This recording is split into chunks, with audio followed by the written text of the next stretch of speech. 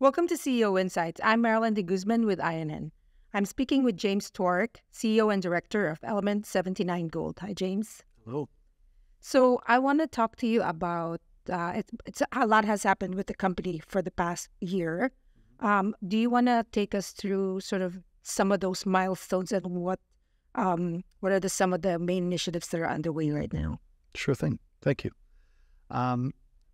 We've pivoted from a company that has been basically a portfolio amalgamator, and we've divested of the majority of that portfolio over the last year.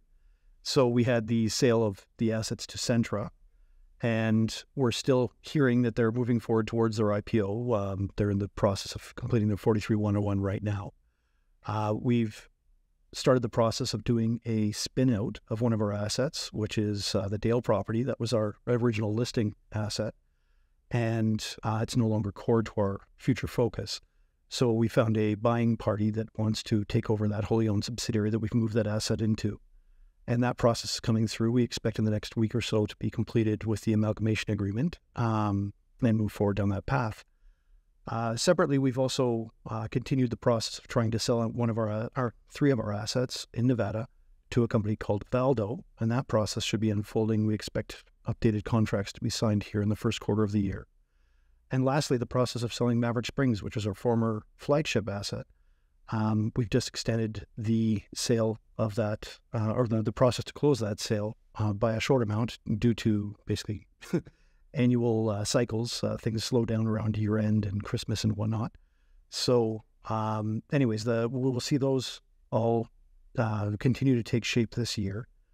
In addition to, we've really pivoted our entire focus to bringing our Lucero asset in Peru, which is a past-producing high-grade gold and silver mine, into production this year. Yeah. So yeah, let's talk about the Lucero project. You've sort of coined that into two aspects of that project. One is a social project and it's a mine project. So, explain to our viewers first, you consider it as a social project. Why do you see that? Sure. Well, ultimately to obtain the permits, the way that Peru structured things, I believe this goes back to the 1950s, is that the communities have access, they have the surface rights. And then the government retained the ability to lease out the mineral rights, and then they, on an annual basis, lease those out.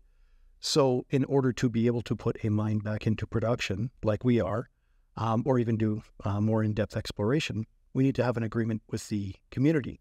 Now, they did provide us with initially a 4-month work program where we were allowed to go in and do mapping, which we've completed, as well as drill site targeting, channel sampling, and so on. All of that modeling and analysis is underway right now, and we are working with our community relations specialists that we have hired. They work on site in the Chachas community between 10 and 20 days a month, and they have been doing that since June of last year. And they're working at basically, obviously, socializing the community with what we're up to, what we intend to do. And we've even brought in a local domestic Peruvian NGO that helps with community relations, but also helps with community education and helping define some of what they want as a community for social programs. And in turn, by helping them with one thing, they then help us in terms of extending our permit. And we're looking for at least, ideally 10, but even more is better, so we can continue exploration and ore extraction. So before I go to the actual, we talk about the mine aspect of it. When you're working with the community, what are some of the lessons learned? Like, obviously, I guess different communities are different.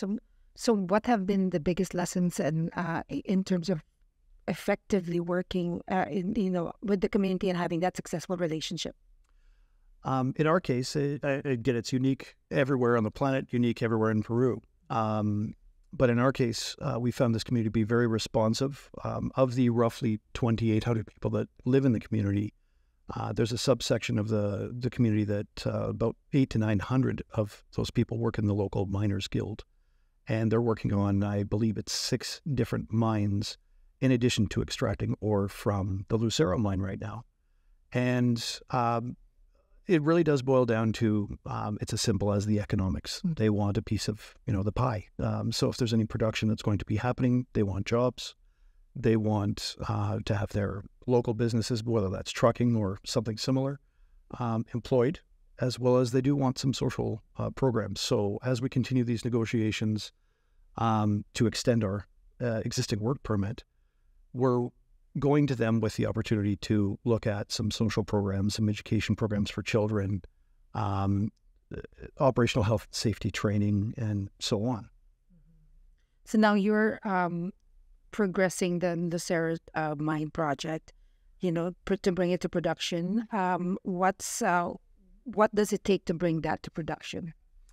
When we acquired this asset, we were under the impression that, and rightfully so, that a lot of the historical data set was not available.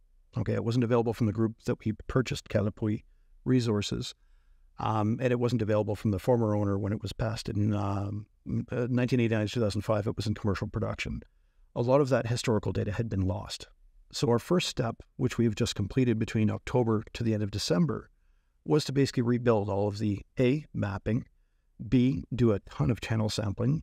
We took over 520 channel samples through. We originally anticipated that, based on our education and what we knew about it when we acquired it, that there were only 2.5 kilometers of total underground workings on this site.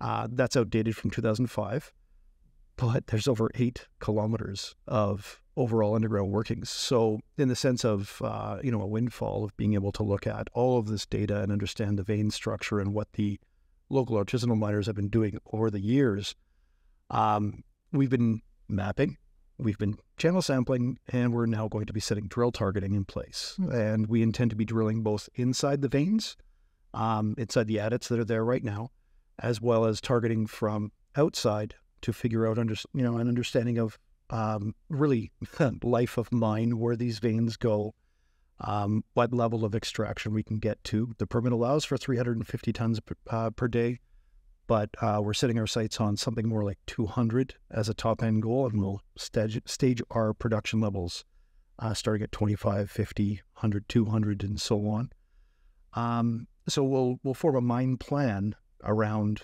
those efforts. And again, the past data set didn't exist, so we had to recreate it. And that's what we've done up until December. And right now, all of the modeling analysis is underway, so we can start drills starting as soon as the rainy season's over. That's a tall order, having no historical data. But can you talk about timelines? Are you able to talk about timelines in terms of when you expect Lucero to be in production? There's 2 statements about that, and yes, I'll give you my best guesses. The first statement is that the artisanal miners are currently in production today. And what I mean by that is that because former owners of this mine, as well as ourselves, really up until the middle of last year, had been absentee in the sense of when there's no goalie in the net, they can go do what they want. And effectively, they are, as artisanal miners in multiple mines around the region, they are extracting ore. We estimate that it's currently between 70 to 90 tons a week that they're extracting right now. And we intend to be formalizing them, meaning there's a permit process in Peru called the re-info process. And we're currently with our local community outreach specialists. They're speaking to all of these small permit holders that are like little pin drops on our map and trying to bring them in under us. And it's a simple case of economics of, we will take on the expenses and we will continue to bring their production under us. We get to sell their ore, and that is one way of bringing some level of production under Element79 in the very short run. The second way of doing so is we are working with a couple different potential off-takers, and we have already been trading some paperwork back and forth in terms of that. And once we know we have proof of concept of someone saying, hanging a flag out there saying, I'm willing to buy your product, that obviously spurs a lot of things into action. Right now, we're under, as I just mentioned, a kind of a natural break where it's the rainy season. And at the altitude of this mine, everything's iced out. You can't access it. So right now is the best time to be doing we'll call it the soft work, the desk work, and the community work, so that we're ready to hit the ground running as soon as things thaw out and we're able to access the workings again. Right. So looking into the first half of 2024, what can we expect from Element? You're going to see us continue to work with the community to formalize the existing production and bring it under us. You're going to see, ideally, again, I don't have a hard line on specific timing, but you're going to see the an offtake agreement or potentially a couple of them be signed. And with that in mind, we'll be bringing around all of our analysis and modeling to the table in terms of setting out drill plans and getting drills turning.